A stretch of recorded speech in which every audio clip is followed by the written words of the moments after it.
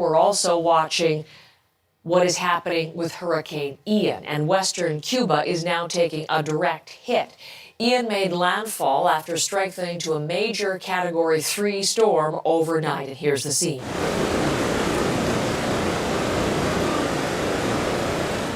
The storm now lashing the area with heavy rain and strong winds over 200 kilometers an hour. Western Florida is in Ian's sights next, and Chris Reyes is following that story, watching from a safe distance. But listen, people are trying to get to a safe distance because of all of the ingredients of Hurricane Ian. What's the latest this morning, Chris? Absolutely, Heather. So Hurricane Ian made landfall in Cuba at 4:30 this morning as a Category 3 hurricane, packing sustained winds of about 200 kilometers an hour. That's just shy of a Category 4 hurricane. It made landfall in the island's western tip, hitting the town of La Coloma in the Pinar del Rio province. On top of these dangerous wind warnings, the U.S. National Hurricane Center has issued warnings for life-threatening flash floods, storm surge, and mudslides. And what are they saying about timeline and track and when it's going to make landfall in Florida, Chris?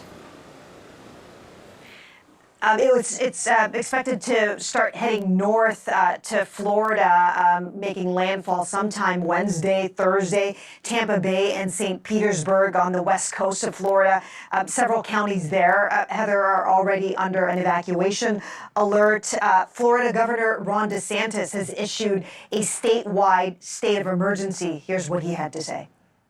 The Florida National Guard has activated 5,000 Florida Guardsmen, as well as 2,000 additional Guardsmen from Tennessee, Georgia, and North Carolina that have been activated to help. So, Heather, in the Tampa Bay region, shelters have already been set up.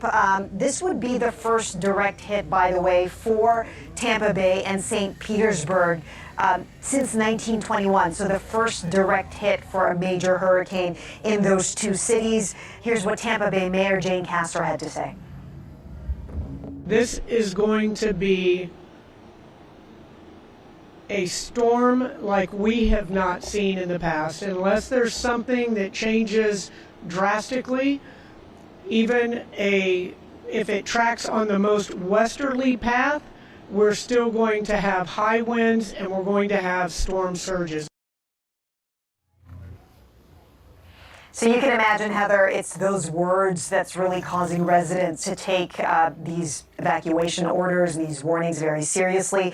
Tropical storm conditions are expected in Florida today. Heavy rainfall across the Florida Keys and South Florida. Flooding is expected across central Florida into southern Georgia and coastal South Carolina. President Joe Biden has also declared a state of emergency, mobilizing FEMA and the Department of Homeland Security. And just a note for those who have been following the Artemis launch, that would be NASA's ambitious moon project that was supposed to launch late August, so that's been delayed again. And then for football fans, the Tampa Bay Bucks announced yesterday that they're temporarily transferring to Miami for their game on Sunday, and the NFL is watching these hurricane conditions. As are you, and I appreciate the update. Thank you, Chris Reyes, from New York this morning.